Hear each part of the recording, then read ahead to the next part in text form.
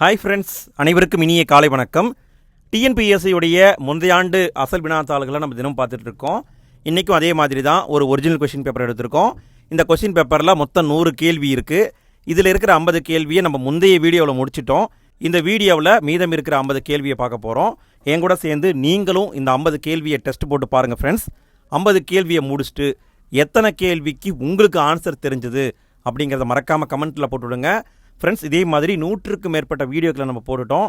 எல்லாமே original question paper தான். நீங்கள் மறக்காமல் எல்லா வீடியோவையும் நேரம் கிடைக்கும் போது டெஸ்ட் போட்டு பாருங்கள். எந்த அளவுக்கு டெஸ்ட் போடுறீங்களோ அந்த அளவுக்கு வெற்றி வாய்ப்பு அதிகமாகிட்டே போகும். ஸோ மறக்காமல் எல்லாத்தையும் டெஸ்ட் போட்டு பாருங்கள். வீடியோக்குள்ளே போகிறதுக்கு முன்னால் இன்னொரு சின்ன ரெக்வஸ்ட் ஃப்ரெண்ட்ஸ். நிறைய பேர் வீடியோவை பார்க்குறீங்க, ஆனால் வீடியோக்கு லைக் போட மறந்துடுறீங்க.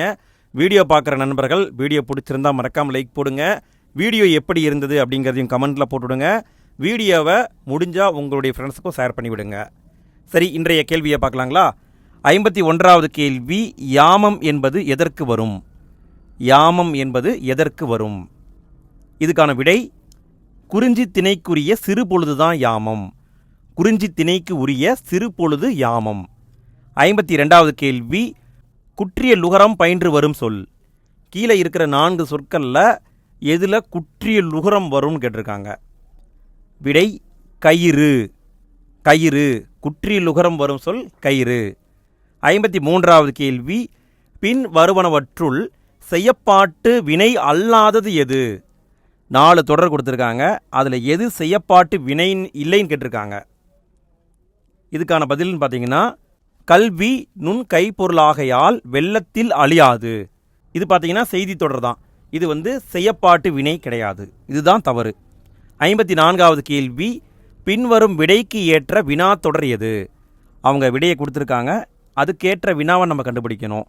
செய்தி படங்கள் வாயிலாக நிகழ்வுகளை நாம் இருப்பிடத்திலேயே கண்டுகளிக்கலாம். இதுக்கான சரியான வினா என்ன வரும்னு கேட்டிருக்காங்க. விடை, சி தான் ஆன்சர். எதன் வாயிலாக நிகழ்வுகளை தம் இருப்பிடத்திலேயே கண்டுகளிக்கலாம்? இதுதான் சரியான வினாவாக இருக்கும். 55வது கேள்வி, உலகெங்கும் தமிழர்கள் வாழும் நாடுகளின் எண்ணிக்கை எத்தனை? உலகெங்கும் தமிழர்கள் வாழும் நாடுகளின் எண்ணிக்கை எத்தனை?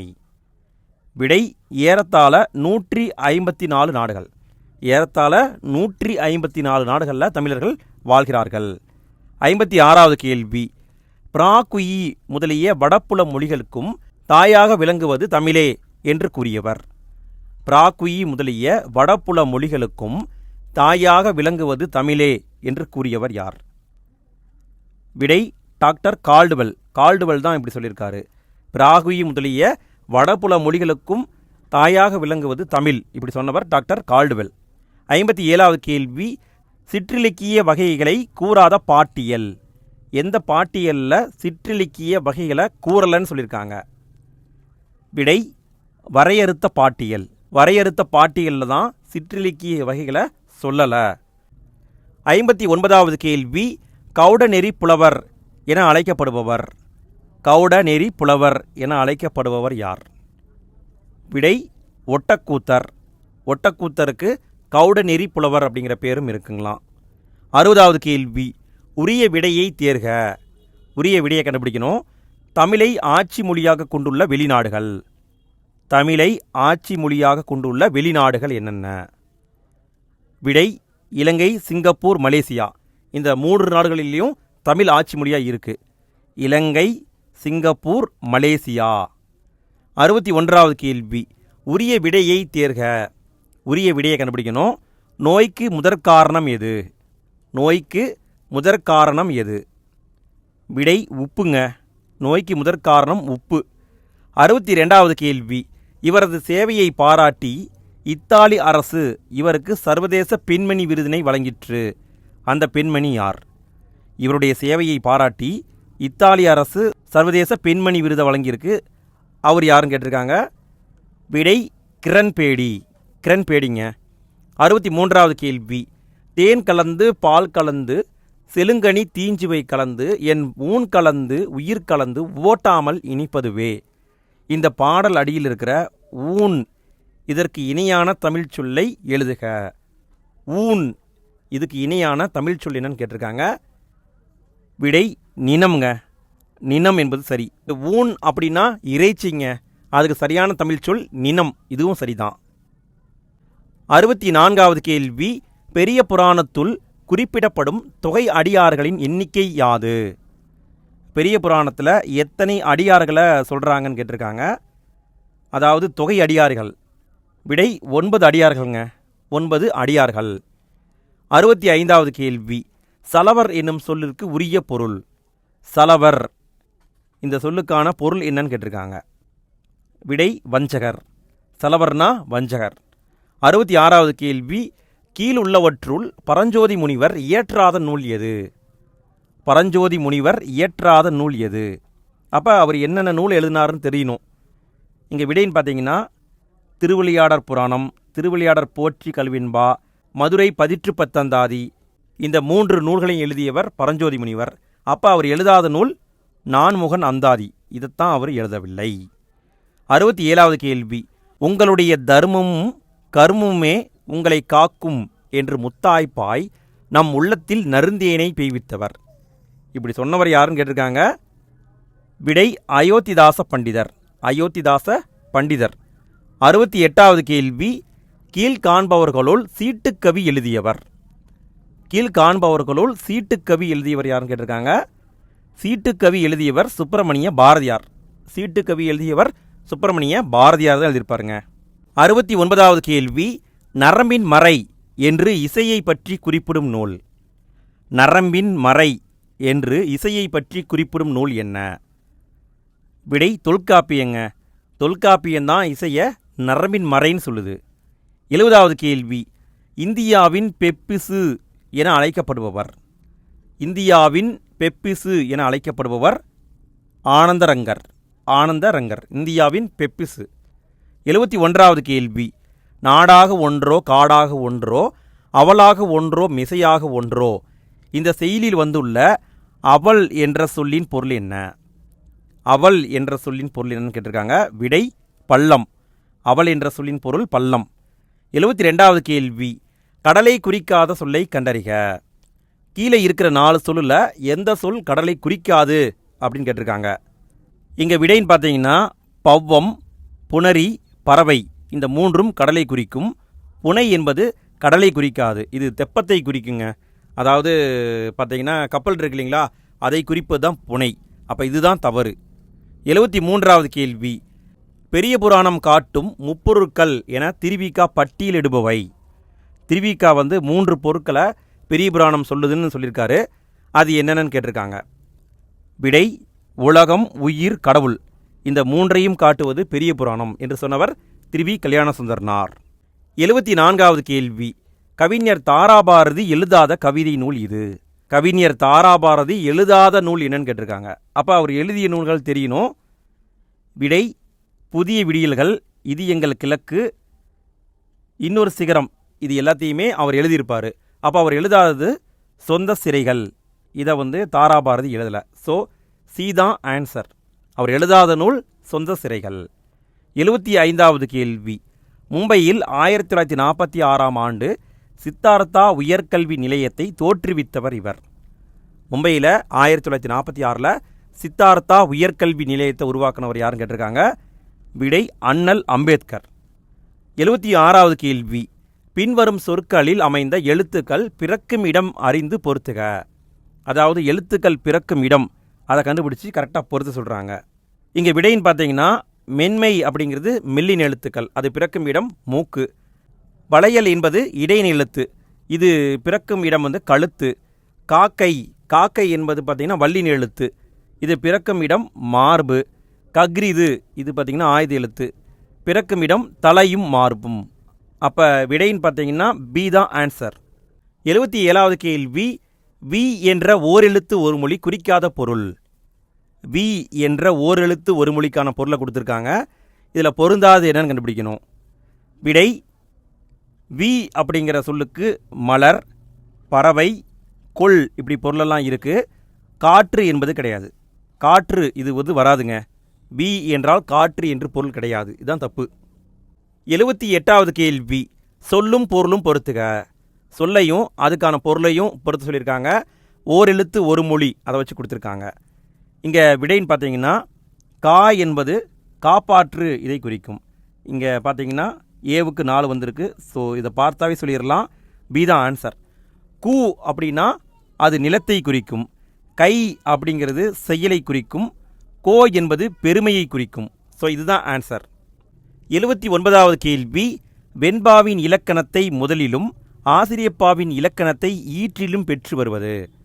அதாவது கீழே இருக்கிற 4ல் எதில் வெண்பாவின் இலக்கணம் முதல்ல வரும், ஆசிரியப்பாவின் இலக்கணம் கடைசியாக வரும்னு கேட்டிருக்காங்க.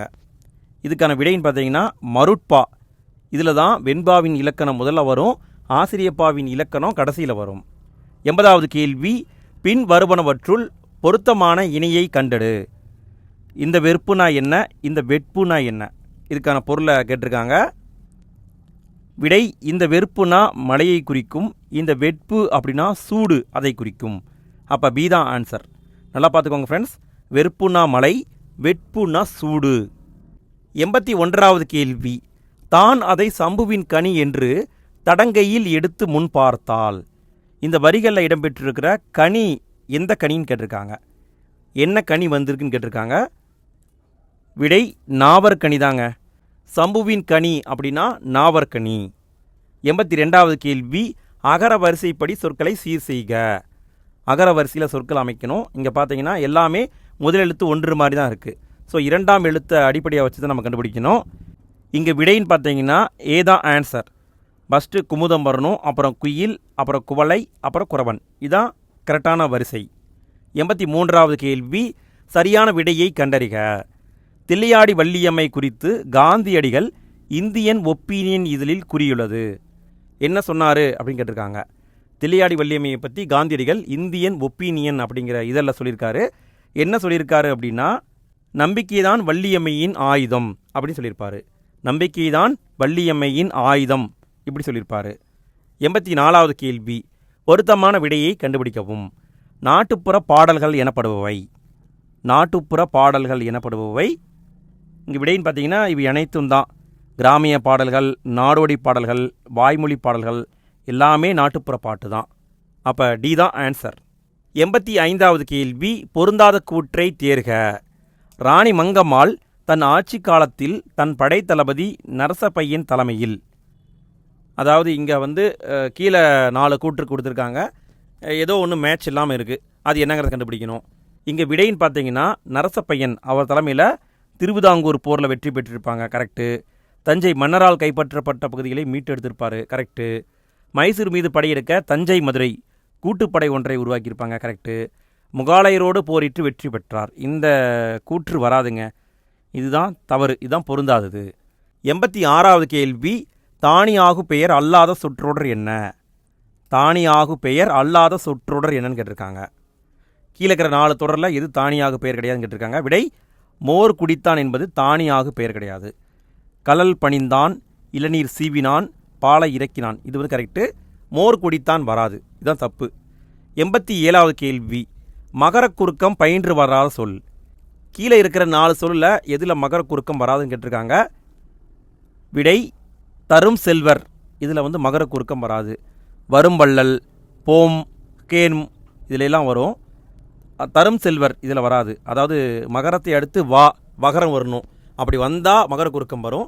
பட்டு இங்கே பார்த்தீங்கன்னா ஏவில் வந்திருக்கு, டியில் வரல. ஸோ அதனால் டி தான் தப்பு. 88வது கேள்வி, கொடுக்கப்பட்டுள்ள செய்யுளின் அடியில் அடிக்கோடிட்ட சொற்களுக்கு பொருத்தமான இலக்கண குறிப்பை கண்டறிக. சிற்றில் நற்றூன் பற்றி நின்மகன். சிற்றில் இதுக்கான இலக்கண குறிப்பு என்ன, நற்றூன் இதுக்கான இலக்கண குறிப்பு என்ன.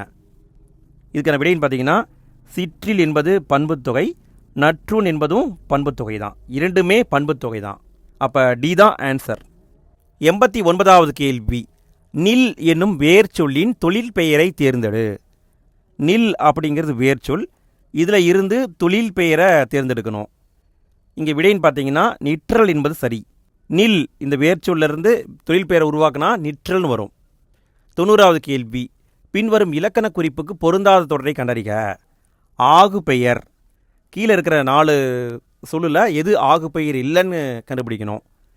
இங்கே விடைன்னு பார்த்தீங்கன்னா உலகு சிரித்தது என்பது ஆகு பெயர், விருந்து வந்தது என்பது ஆகு பெயர், வெற்றிலை நட்டான் என்பது ஆகு பெயர், பழம் உண்டான் என்பது ஆகு பெயர் கிடையாது. இதுதான் தப்பு. 91வது கேள்வி, பொருந்தாத இணையை கண்டறிக. கீழே இருக்கிற 4 தொடரில் எது பொருந்தாதது அப்படின்னு கண்டுபிடிக்கணும். இங்கே விடைன்னு பார்த்தீங்கன்னா நூல் அப்படிங்கிறதுக்கு வரை என்ற பொருளெல்லாம் இல்லை, இது தப்பு. தாள்னா பாதத்தை வணங்கணும். கலையை பறிக்கணும். நாரை கிழிக்கணும், இது கரெக்டு தான். நூல் வரை இது தவறு, இதுதான் பொருந்தாத இணை.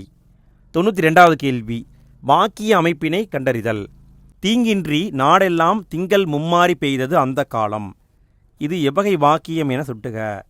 இது எந்த டைப்பான வாக்கியம் அப்படின்னு கண்டுபிடிக்கணும்.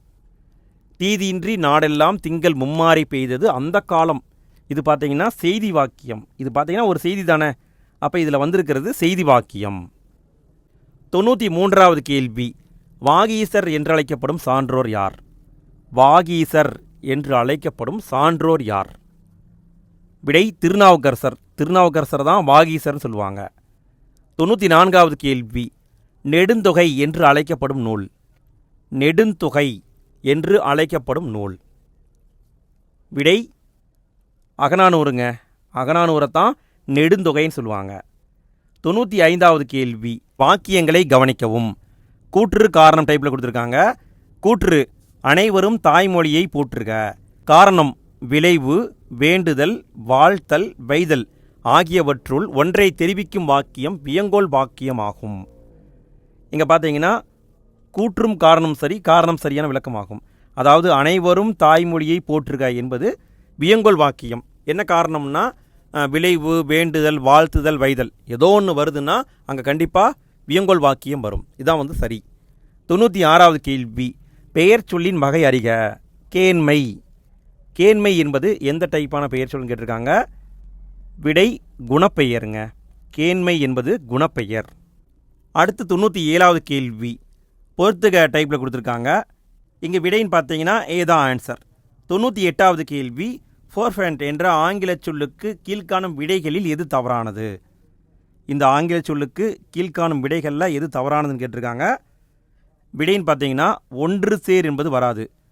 தவிர், விளக்கு, வேறு பக்கமாக திரும்பு இதெல்லாம் வரும். ஒன்று சேர் வராது.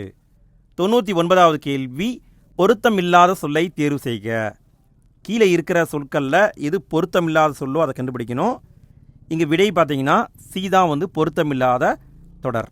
100வது கேள்வி கடைசி கேள்வி. ஃப்ரெண்ட்ஸ், இந்த வீடியோவில் 50 கேள்வியை பார்த்துட்டோம். உங்களுக்கு எத்தனை கேள்விக்கு ஆன்சர் தெரிஞ்சது அப்படிங்கிறத மறக்காமல் கமெண்ட்டில் போட்டுவிடுங்க ஃப்ரெண்ட்ஸ். அதே மாதிரி வீடியோக்கு லைக் போடாத நண்பர்கள் வீடியோக்கு லைக் போட்டுருங்க. வீடியோடைய எண்டு ஸ்க்ரீனில் அடுத்த வீடியோக்கான லிங்க்கை வச்சுருக்கேன். நீங்கள் ஃப்ரீயாக இருக்கீங்கன்னா அந்த வீடியோவையும் டெஸ்ட் போட்டு பாருங்கள். 100வது கேள்வியை பாருங்கள். பொருந்தாத இணையை கண்டறிக. கீழே இருக்கிற 4 இணைகளில் எது பொருந்தாதது அப்படின்னு கண்டுபிடிக்கணும். இங்கே விடைன்னு பார்த்தீங்கன்னா சி தான் பொருந்தாதது. சி தான் பொருந்தாதது. ஓகே ஃப்ரெண்ட்ஸ், வீடியோடைய எண்டு ஸ்க்ரீனில் அடுத்த வீடியோக்கான லிங்க் வந்திருக்கும். நீங்கள் ஃப்ரீயாக இருக்கீங்கன்னா அதையும் டெஸ்ட் போட்டு பாருங்கள். அடுத்த வீடியோவில் மீண்டும் சந்திப்போம். நன்றி.